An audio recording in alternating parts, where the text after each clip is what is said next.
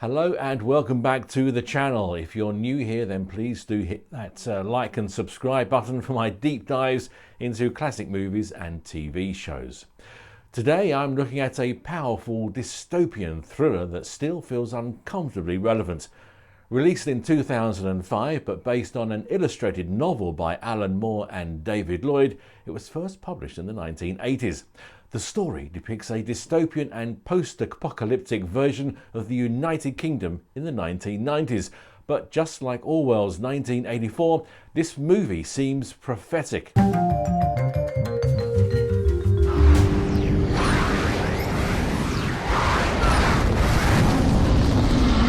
V for Vendetta is a political action thriller directed by James McTeague and written by the Wachowskis. Set in a police state Britain, it follows a masked vigilante known only as V. This isn't your typical superhero movie though, it's layered with ideology, philosophy and rebellion.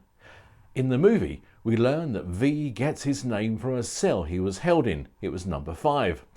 Having escaped the facility and suffering severe burns for his troubles, hence the mask, V has a few scores to settle and in doing so gives the masses the courage to protest against the UK government's totalitarian control of the country. Now the story centres on Evie Hammond, played by Natalie Portman, a young woman working at a state-run TV station. A yellow-coded curfew is now in effect. Any unauthorised personnel will be subject to arrest. This is for your protection. Daring to leave home after the state-dictated curfew, she attracts the attention of some special bobbies. You know the ones. They were picked on at school, have mummy issues, and now they've got a badge. Whoa! Excuse me, miss. I'm sorry, I didn't see You in a you. hurry, are we? I was just... It's past curfew, you know. My uncle, he's very sick. Oh, sick uncle, is it? I made a mistake. I shouldn't be out after curfew. I know that. Yeah, well, maybe you could look after us before getting back to your uncle. Don't touch me! Look, Willie, Kitty's got claws. Challenged by these goons along a dark alleyway and fearing for her life, V suddenly appears, played masterfully by Hugo Weaving. We're fingermen, pal.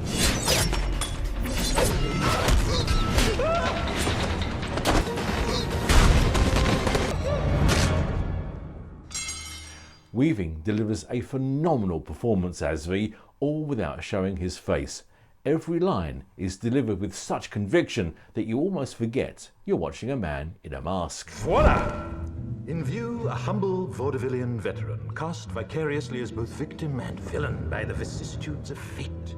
This visage, no mere veneer of vanity, is a vestige of the vox populi, now vacant, vanished. Let me simply add that it's my very good honor to meet you, and you may call me V. V is on a mission, not just for revenge, but for revolution, and invites Evie to join him on his next escapade. V targets key figures in the ruling Norsefire Party, a fictional party of white supremacists that came to power following a nuclear war between the US and Russia.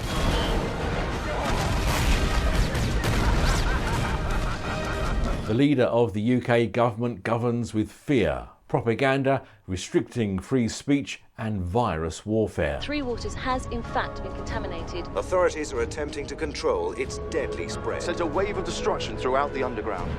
Fueled by the media, fear and panic spread quickly, fracturing and dividing the country until at last the true goal comes into view. The Norsefire Party is led by Chancellor Sutler, played by John Hurt, an iron-fisted dictator with Orwellian overtones. What we need right now is a clear message to the people of this country. This message must be read in every newspaper, heard on every radio, seen on every television. This message must resound throughout the entire interlink. I want every man, woman and child to understand how close we are to chaos. I want everyone to remember why they need us. As V for Vendetta unfolds, Evie is drawn deeper into his world and must confront her own beliefs about freedom, fear and responsibility. Meanwhile, Inspector Finch, played brilliantly by Stephen Ray, begins investigating V's attacks on government buildings. Ray's subtle performance makes him one of the most human characters in the movie. It'll be hard to run an investigation if you're detaining all my witnesses. The security of information is paramount. What does that mean? The Chancellor suspects there might be an informer. Are you saying I'm under surveillance, Mr. Creedy? At this time, it would behove you to cease any investigation of matters that have long since passed and concentrate on the concerns of our present. He's torn between duty and morality. But as Finch uncovers the regime's dark secrets, from concentration camps to state-orchestrated pandemics, he begins to question who is the real enemy. If our own government was responsible for the deaths of almost 100,000 people, would you really want to know? During the movie, we see Evie's transformation from frightened bystander to a woman empowered by truth. Having seen her parents taken away by the secret police and a work colleague killed for dissension, she's ready to walk with V. My father was a writer. You would have liked him. He used to say that artists use lies to tell the truth while politicians use them to cover the truth up. A man after my own heart. When Sutler was appointed High Chancellor, they were at the riot in Leeds. I watched on the television, thinking I was going to see my parents killed. I remember them arguing at night. Mum wanted to leave the country. Now, the key turning point in the movie is when a child is killed for wearing a Guy Fawkes mask. This tragedy tips a reluctantly compliant populace out of their comfort zone and into a stunning act of civil disobedience. Thousands take to the streets wearing Guy Fawkes masks, a symbol of a collective defiance that even the militarised police decide not to challenge. They too, of course, live under the same rules, as do their children. Meanwhile, V is killed in a ferocious fight. Ideas are bulletproof. Is laid to rest by Evie in a London Underground tube train that's packed with explosives.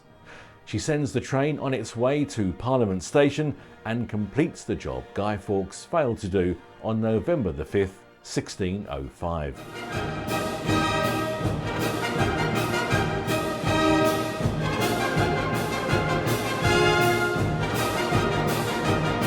People should not be afraid of their governments. Governments should be afraid of their people. The visual effects of Parliament being blown to smithereens are so realistic, you have to wonder what you can actually believe when you watch television nowadays. V for Vendetta is packed with themes: resistance against tyranny, the power of ideas, and the danger of complacency. It forces viewers to ask, when is it right to stand up? What do we lose when we trade liberty for security? And one of the film's most powerful messages is that people should not be afraid of their government. In reality, governments, as we know, should be afraid of their people. There are, of course, those who do not want us to speak, because while the truncheon may be used in lieu of conversation, words will always retain their power. Words offer the means to meaning, and for those who will listen, the enunciation of truth. And the truth is, there is something terribly wrong with this country. Is it the job of government to tell us what we can read, listen to, or watch online? When do we start burning books? V for Vendetta isn't just a movie, it's a mirror. It asks hard questions about the role of the individual in shaping society, about what we tolerate and what we're willing to stand up for. Whether you see it as a warning, a prophecy, or a call to action, or just entertainment, V for Vendetta is a film that demands to be remembered. And the use of Guy Fawkes masks by anonymous and protesters around the world is perhaps proof about how V for Vendetta has transcended cinema. It's become a part of the global language of resistance. If you enjoyed this review, then do give it a like and don't forget to subscribe. It is the language YouTube understands. It's the only language the channel understands. And remember, the 5th of November. My name is Steve Hart. See you next time around on the channel.